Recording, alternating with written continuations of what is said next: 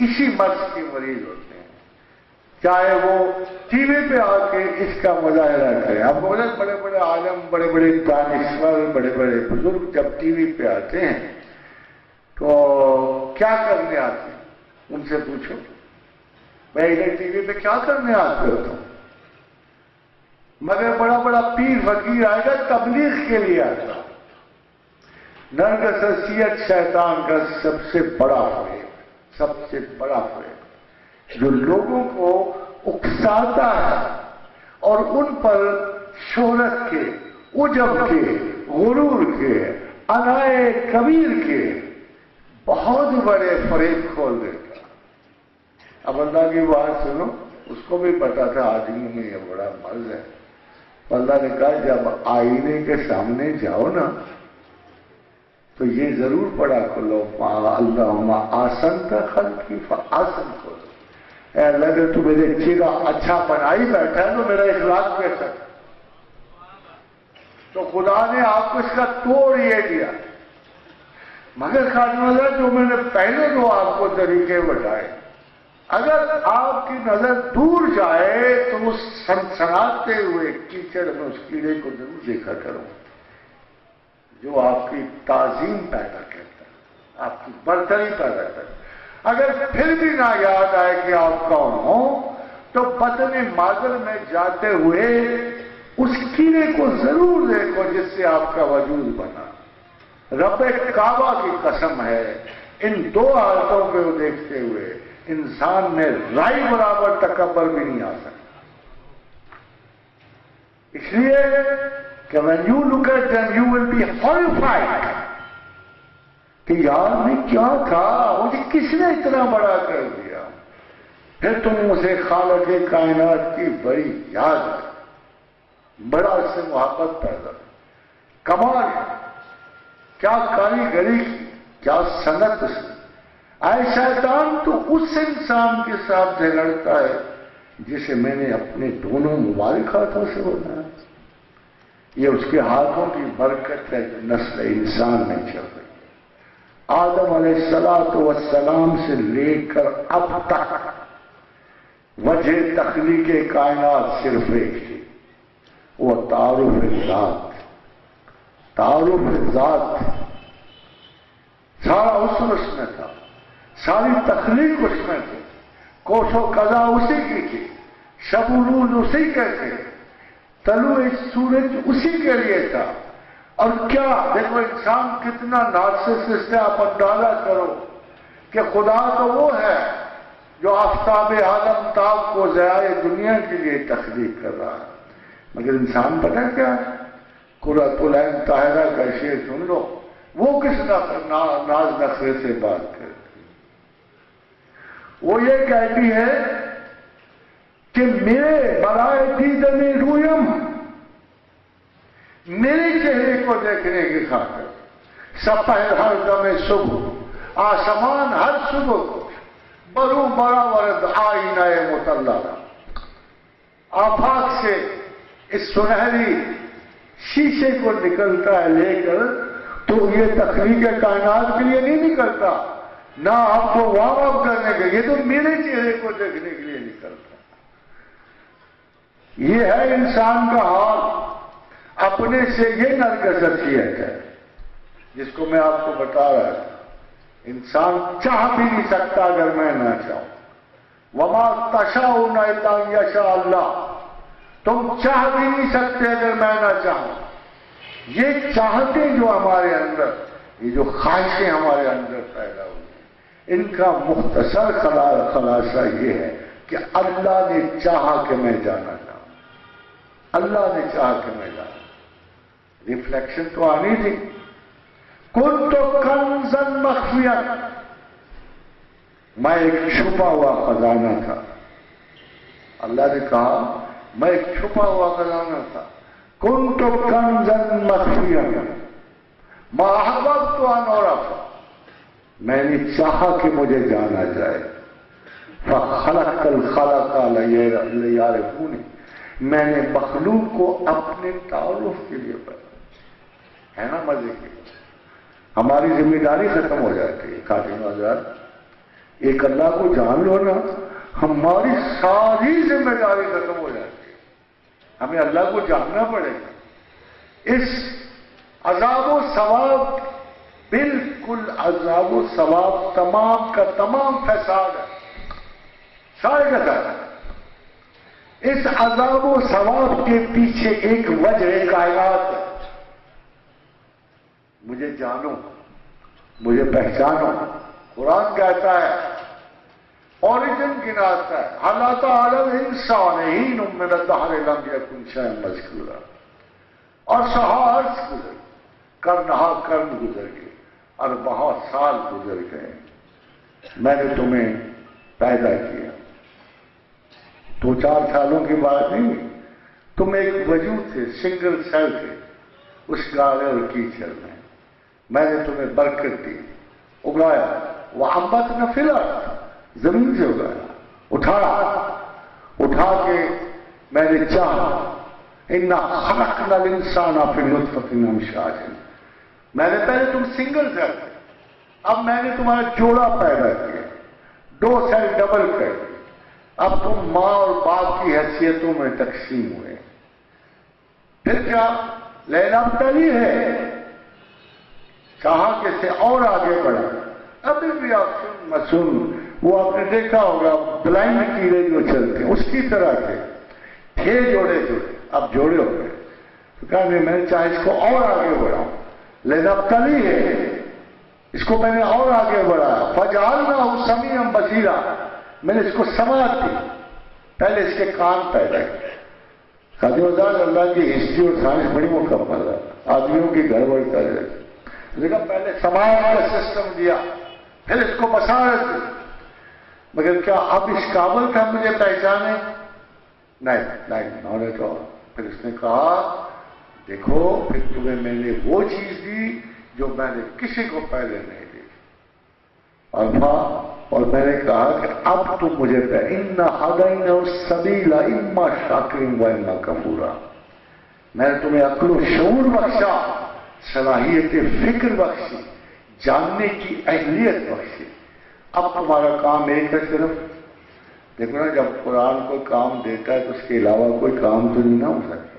ایک ہی کام دیا اس نے، اما چاہو تو مانو، اما کفورا، چاہو تو مانو، چاہو تو انکار کرو. والنٹری کام، ٹوٹل کا ٹوٹل کام والنٹری. خادم ازاد کی جو جس پر آپ اللہ کا گمان کرتے ہو نا، آپ اس کی طاقتوں کا گمان کرتے ہو.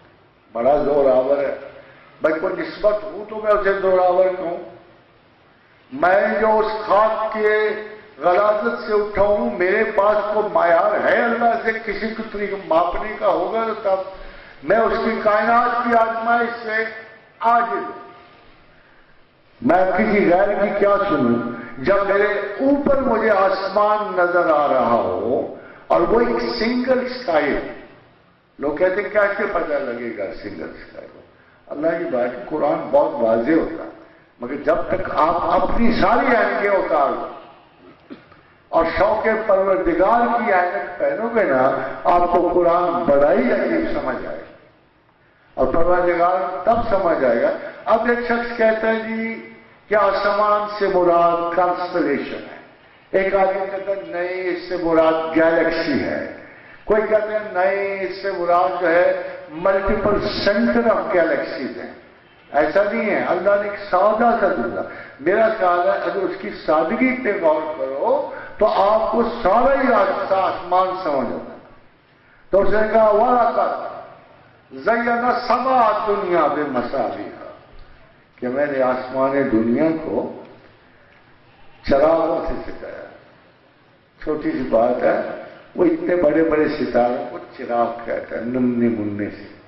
اب آپ اس پہ غور کرو. میں باہر نکلتا ہوں سرد شاموں،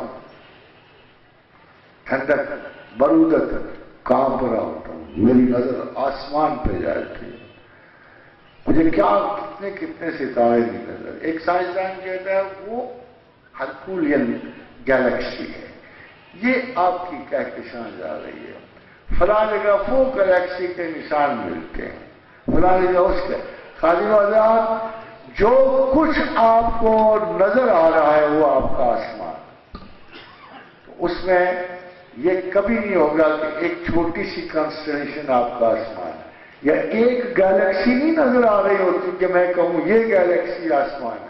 قرآن تو یہ کہہ رہا ہے، رسول تو یہ اپنا، اللہ تو یہ فرما رہے ہیں وَلَقَدْ زَيَّنَا السَّمَاءَ الدُّنْيَا بِمَصَابِيحَ، کہ جب باہر نکلو آسمان دیکھو تو جہاں جہاں نظر جائے گی ستاروں پہ وہ سب آسمان دنیا۔ اس کے بعد ہمارا ویژول کانسیپٹس بدل جاتے ہیں۔ حاجی حضرات، ایک عجیب بات ابھی لیٹسٹ ہے، سائنسدانوں نے نا کائنات کا میپ پر، اس کے بعد انہوں نے جیسے نا ایک خدا والے کریم نے فرمایا کہ دیکھو آؤٹر کاسماس دیکھنے کے لیے، بیرون کائنات دیکھنے کے لیے، درون کائنات دیکھو، درون کائنات، انہوں نے کہا اپنے دماغ کو دیکھو، اپنے نفس کو۔ میں افسوس کو بڑا نہیں کر سکتا، میرے پاس ایسے ایلیمنٹ نہیں ہے، مگر آپ کو ایک منظر دکھانا چاہتا ہوں کہ بیرون کائنات کیا ہے اور درون کائنات کیا ہے۔ یہ فائدہ یہ ہے،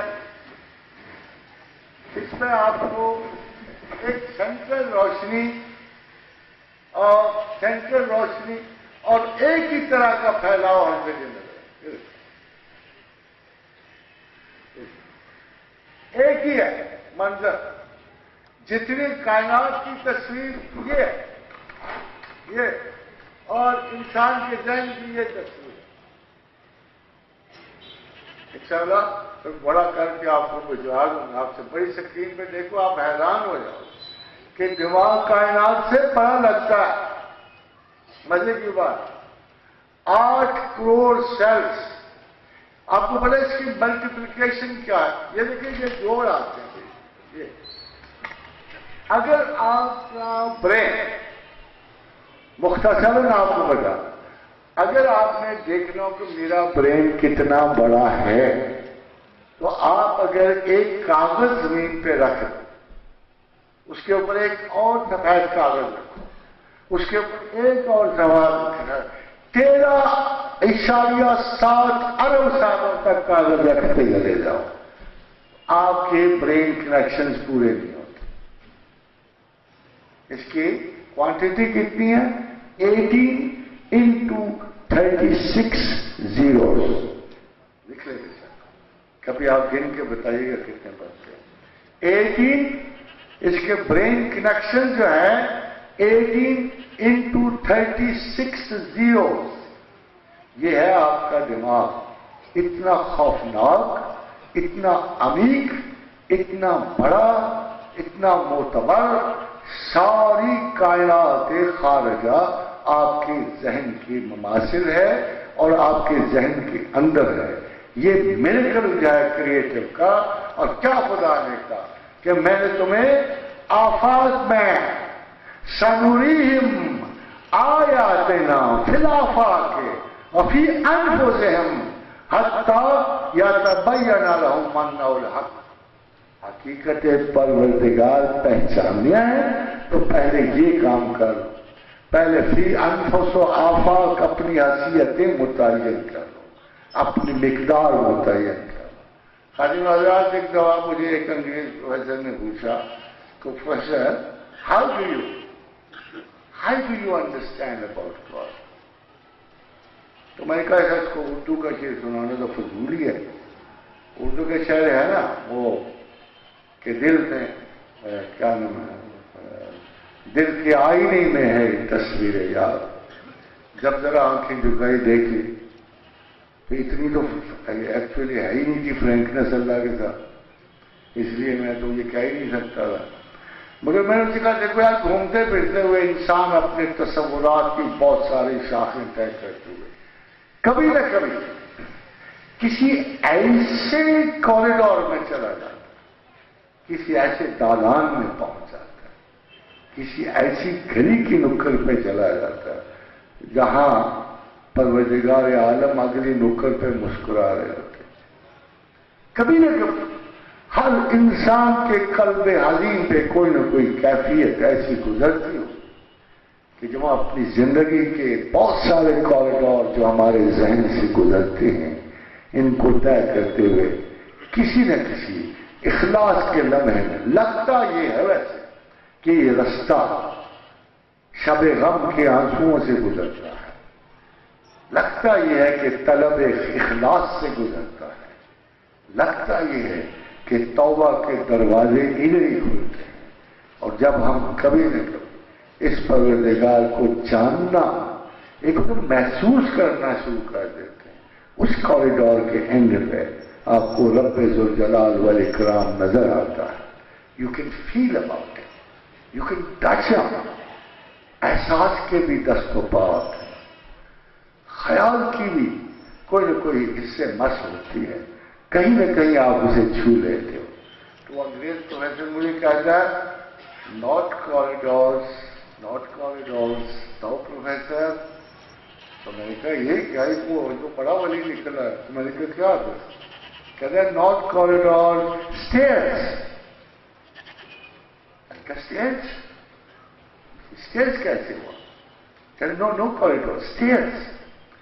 خادم حضرات میں غور کرتا رہا واپس آ کر، وہ تو سائنسدان تھا، میں اسے کہہ رہا ہوں کہ یار یہ دالان ہے جس کے کنارے، تو یہ کہتا ہے نہیں اسٹیئرس.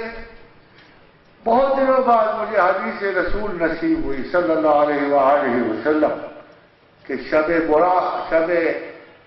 معراج تو گئے حضور صلی اللہ علیہ وسلم بیت المقدس پہنچے تو آپ نے فرمایا کہ پھر جبریل میرے پاس ایک سیڑھی لائی اور میں نے ایسی خوبصورت سیڑھی نہ کبھی پہلے دیکھی نہ بعد میں. اسٹیئرس، یہ تو اسٹیئرس کہہ رہا ہے، وہ حدیث بھی اسٹیئرس کہہ رہی ہے. میں نے کہا اسٹیئرس کا ہنگامہ کیا؟ I came back again and I said یار how do you say stairs؟ تو اس نے مجھے کہا کہ we have discovered stairs in the universe کہ جس پہ اگر ہم چڑھ جائیں تو بغیر کسی وقت ضائع کیے ہوئے ایک لمحوں میں ہم کائنات کی دوسری طرف چلے جاتے ہیں. مجھے بڑا تعجب ہوا. میں نے کہا ہاؤ؟ اس نے کہا دیکھو یہ ہے کائنات اور یہاں میں ہوں اس کنارے پر.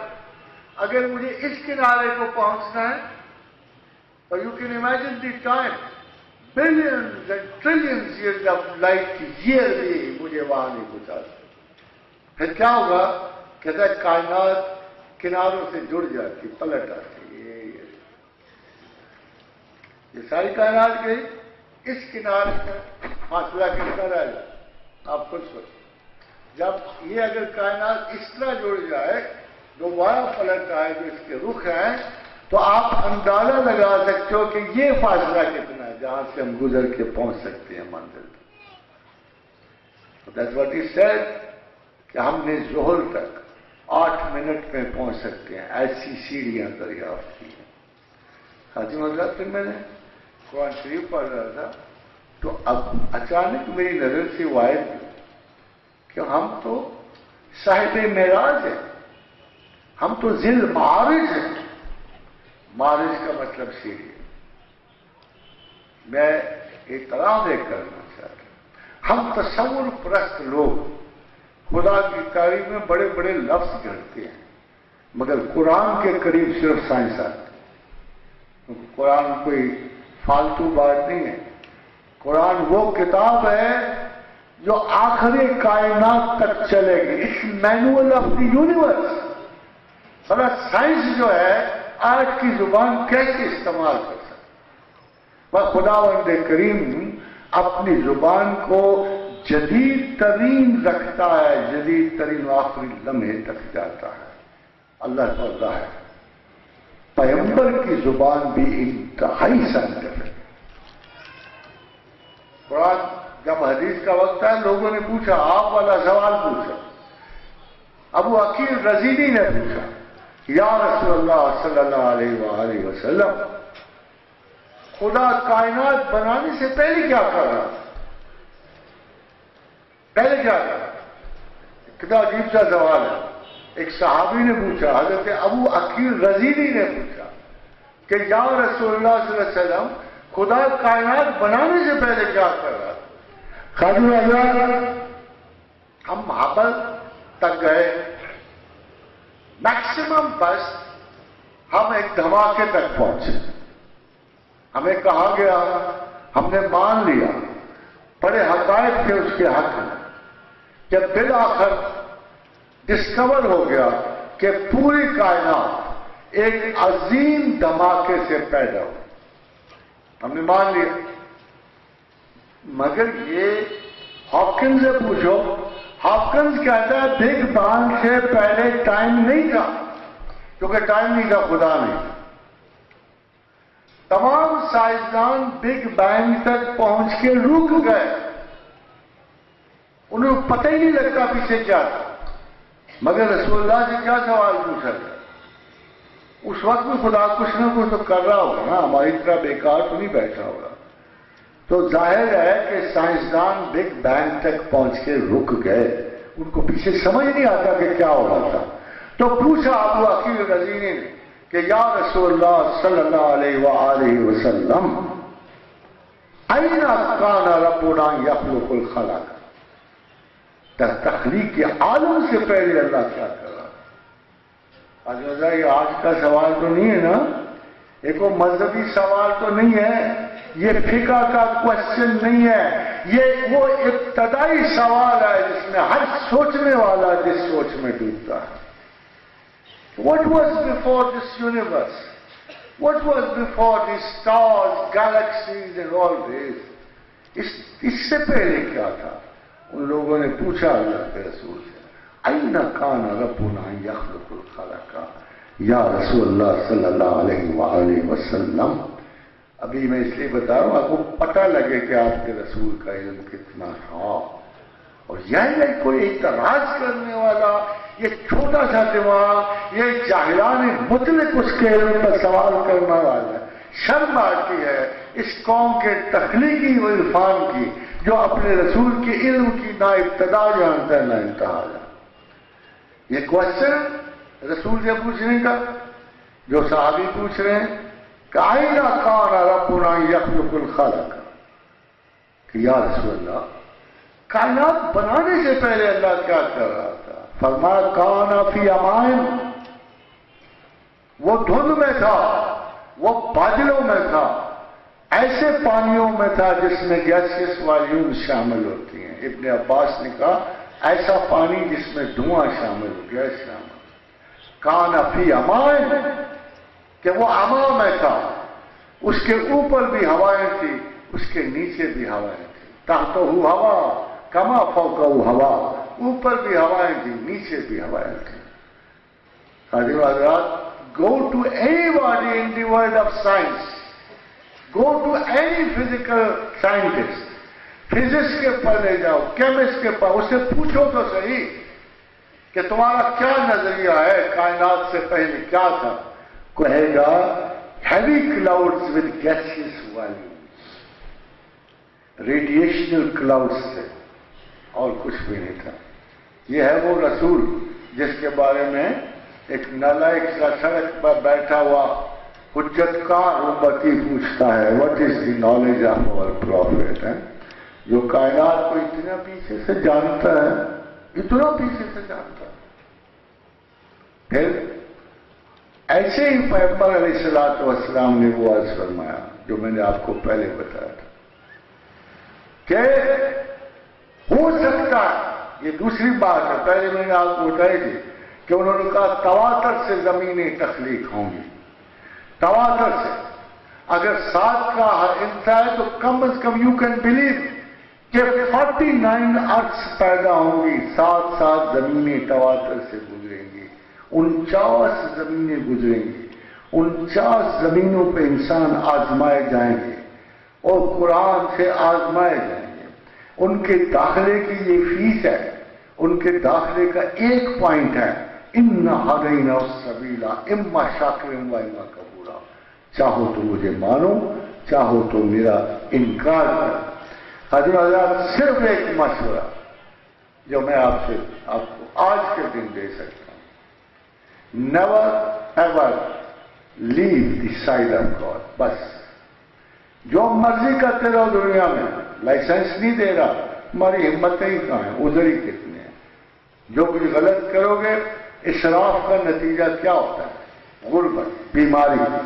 اسراف کا نتیجہ ہی ہوتا ہے. اللہ تعالیٰ تمہاری تمام فضول حرکتوں کو اسراف کہتا ہے، گناہ نہیں کہتا.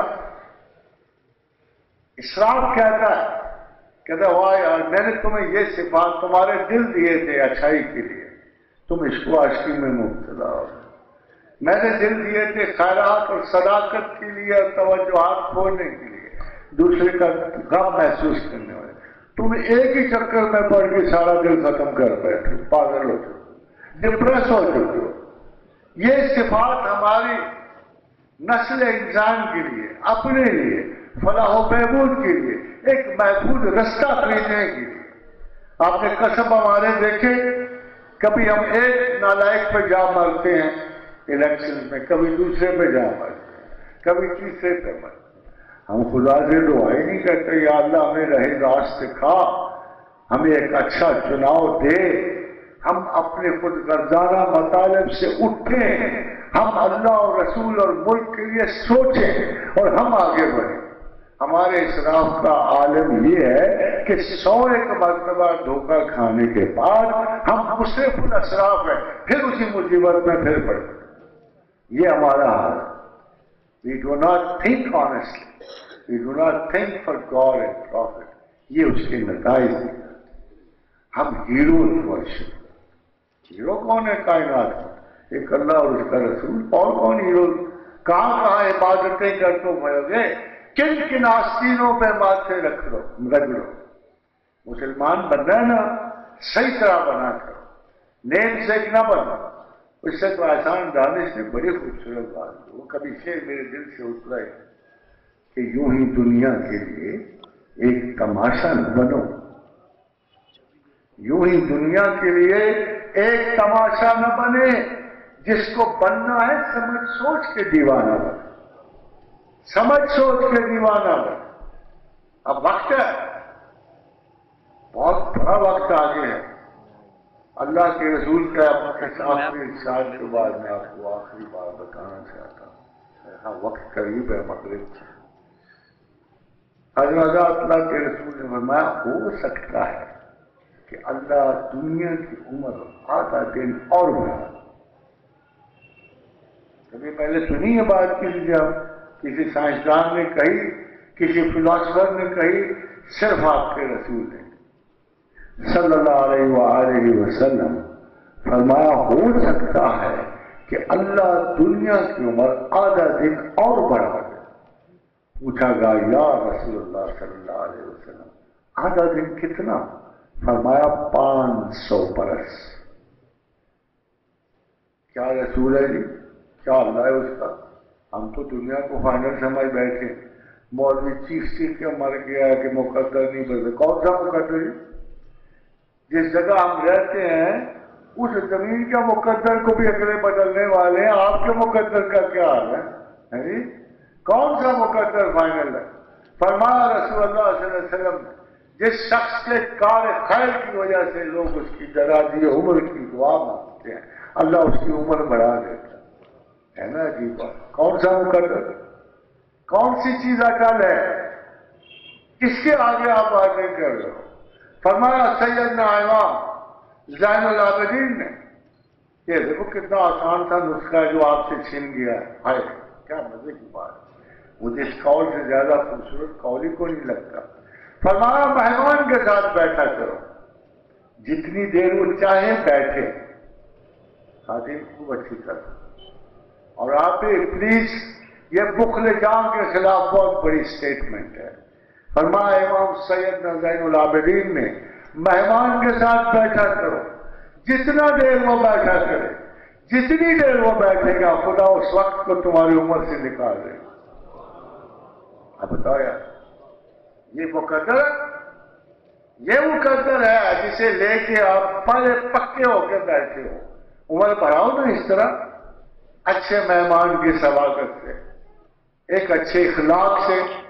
حال یہ ٹی وی لگاؤ تو سگے بھائی کا آنا بھی برا لگتا ہے. تم کہاں مہمانوں والے رہ گئے. اس قوم کے گھر میں دالان ہوا کرتے تھے, کھلے صحن مسلمانوں کی پہچان تھی. کھلے صحن, کھلے کمرے, اب چھوٹے چھوٹے سوراخ بنے ہوئے ہیں. گیدڑوں کی طرح صبح باہر نکلنا, واپس آ کے گھس جانا. نہ صبح پتا نہ شام پتا, نہ کسی نے صبح کی نسیم سحر چکھی ہے, نہ زوال شب کی ساعتیں دیکھی ہیں, نہ کسی نے وقت تہجد دیکھا, اور نہ کسی نے تلاوت قرآن کا سب سے اچھا وقت دیکھا. اِنَّ قرآن الفجر کان مشہودا, کہ فجر کا قرآن حاضر کیا جاتا ہے, اور تھوڑا سا حاضر کر دیا کرو. اس صاحب کائنات کا صرف ایک ہی کام کہ میں نے اس لیے پیدا کیا ہے تمہیں, بخدا اور کوئی اصلی کام نہیں ہے, کہ میں چاہتا تھا عقل دی, علم دیا. واحد خدا ہے, واحد پیغمبر ہے جس کو اللہ نے آواز کتاب دیا. اقرا, یہ نہیں کہا اٹھ نماز پڑھا پیغمبر تجھ کو پیغمبری دی گئی ہے. یہ نہیں کہا پیغمبر کا صدقات کر, پیغمبری کا آغاز اس سے کر. کہا نہیں, اقرا پڑھ. یہ امت مسلمہ ہے جو اپنے پیغمبر کی رائے پہ چل رہی ہے. خدا استاد, رسول استاد, اصحاب النجوم استاد, یہ امت جہالت میں ڈوبی ہے. یہ ہے آپ کے شکریہ ادا کرنے کا انداز. یہ ہے پروردگار عالم منتخب کردہ قوم. میں آپ کے پاس یہودی سمجھتا تھا, میں منتخب. بہت بڑے ایک پوئٹری کی کتاب اس میں لکھی گئی, بہت بڑی, of man's first disobedience and the fruit of that forbidden tree whose mortal taste brought death unto the world and all our woes loss of freedom, till one greater man regained this blissful seat for us, that in the beginning heavens and earth rose out of a chaos. یہ جان Milton نے اس میں ایک کلیم کیا خادم اللہ, ایک کلیم, so that he may not be chosen seed,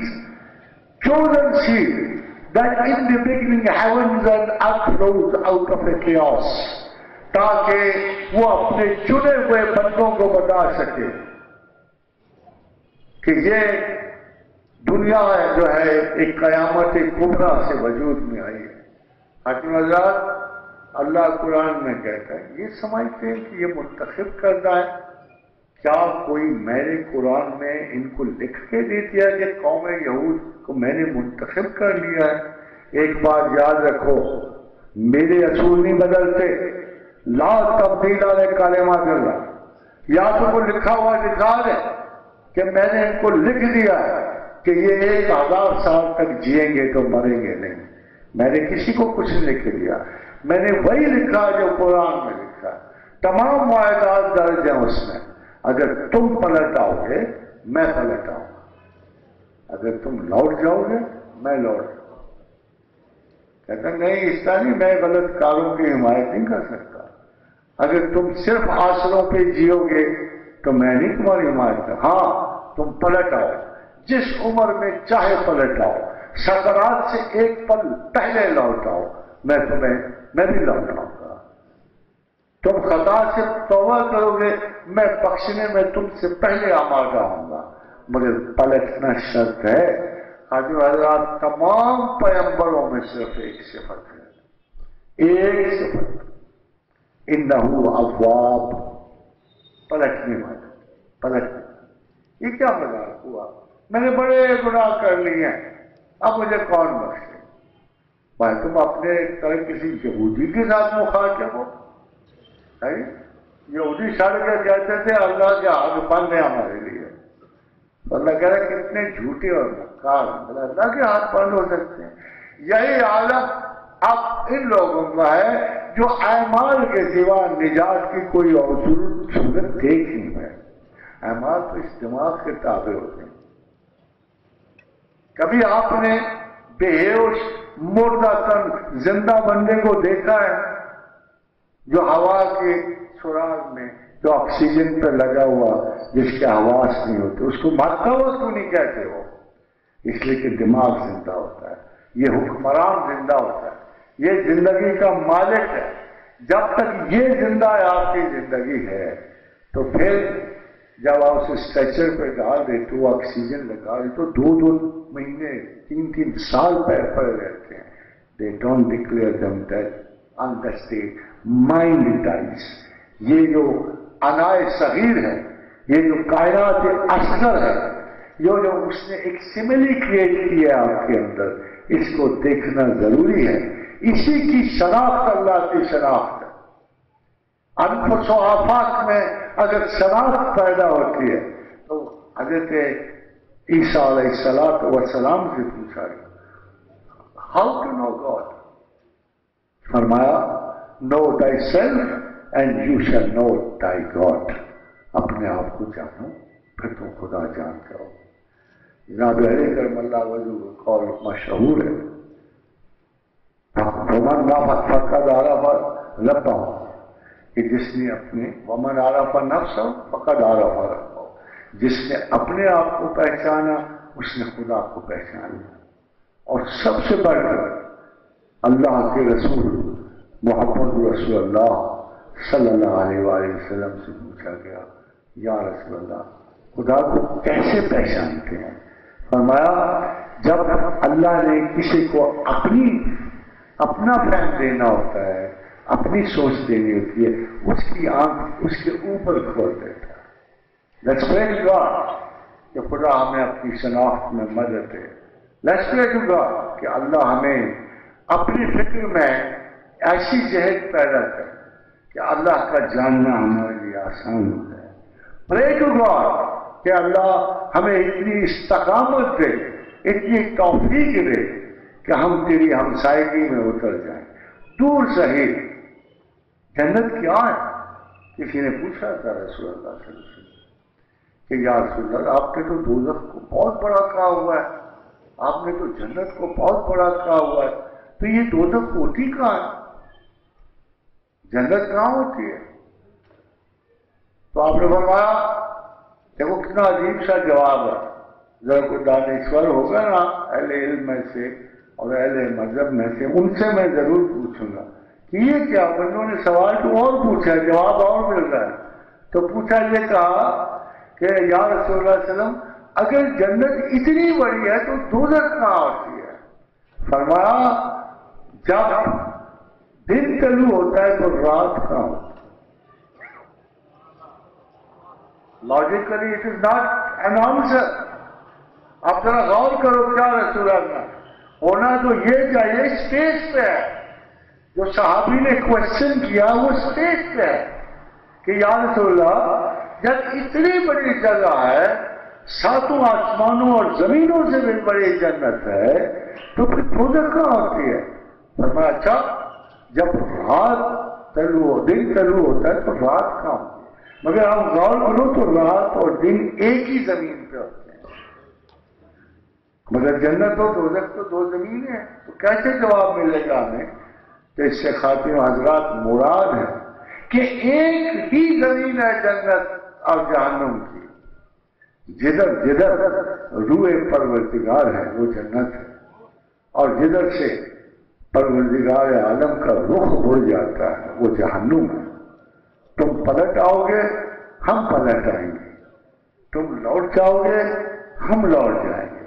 اللہ ہمیں توفیق بخشے کہ ہم جو مرضی کرتے ہیں، خدا کا ساتھ نہ دیں، اللہ سے محبت کا عنصر نہ دیں۔ دعا یہ ہے کہ کوئی گناہ تمہیں وہ اللہ سے مایوس نہ کرے۔ دعا یہ ہے کہ ہر کام کے باوجود اللہ سے آرزو سلامت رہے۔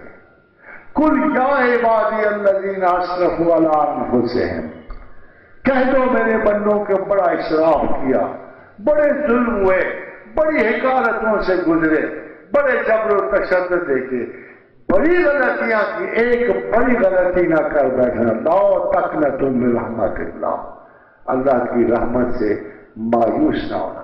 ہمارے پاس سب سے بڑے علم کی شناخت یہی ہے کہ آپ خدا سے کسی حال میں مایوس نہ ہوں. وما علینا الا البلاغ. Thank you.